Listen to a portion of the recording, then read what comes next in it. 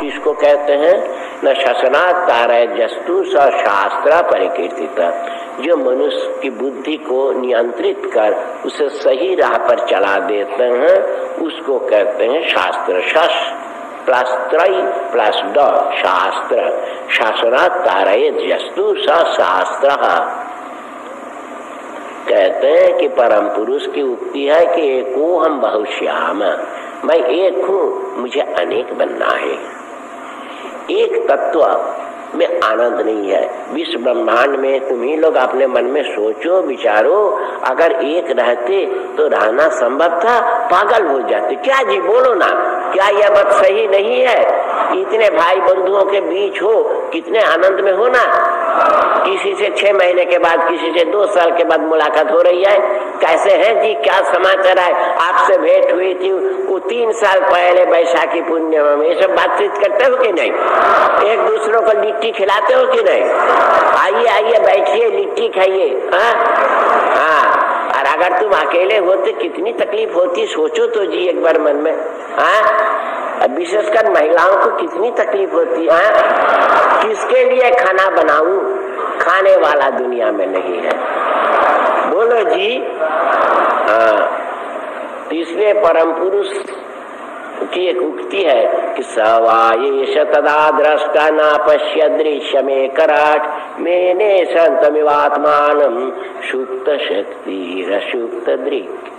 हमारे परम पुरुष अकेले थे तो कितनी तकलीफ में थे। तुम ही लोग सोचो दी, तुम लोग तो विचारशील हो। हाँ, बहुत तकलीफ में थे, बहुत तकलीफ हो रही थी। उनमें देखने की शक्ति तो थी पूरी मात्रा में, मगर देखें किसको? कोई है नहीं। कोई दूसरी सत्ता रहने से तब ना तुम लोग देखोगे जी।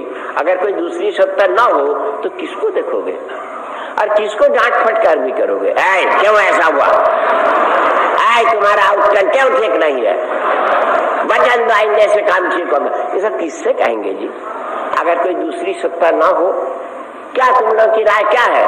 मैं सही सही बात कर रहा हूँ कि नहीं? हाँ, मानना पड़ेगा। तुम लोग ना बोलने से भी मानना पड़ेगा।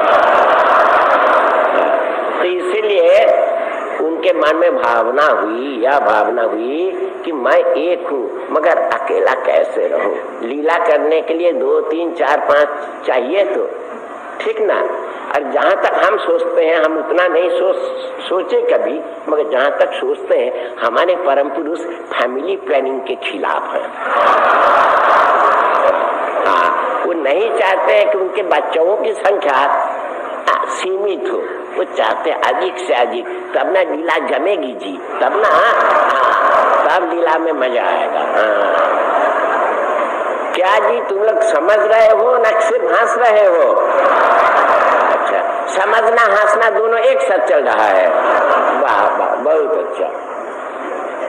तो ये जो बढ़ते बढ़ते बीच बीच में इस धरती पर कई तुषार युग आए, उसके पहले जीव जगत उद्भिद जगत में जिस तरह का ढांचा था, जिस तरह की संरचनाएं थी, वो भी वर्तित हो गई। उसके बाद बड़े बड़े जानवर हट गए और उनकी जगह पर छोटे छोटे जीव आए।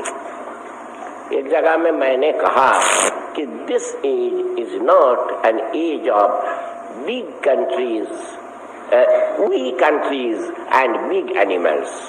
ये युग जो चल रहा है छोटे देशों के लिए और बड़े जानवरों के लिए नहीं है। बड़े जानवर को हटना पड़ेगा और छोटे छोटे देशों को बिग देशों के साथ मिलकर फेडरेशन या कन्फेडरेशन आखिर तक करना ही है, नहीं तो प्लानिंग ठीक से नहीं हो सकता है। खैर,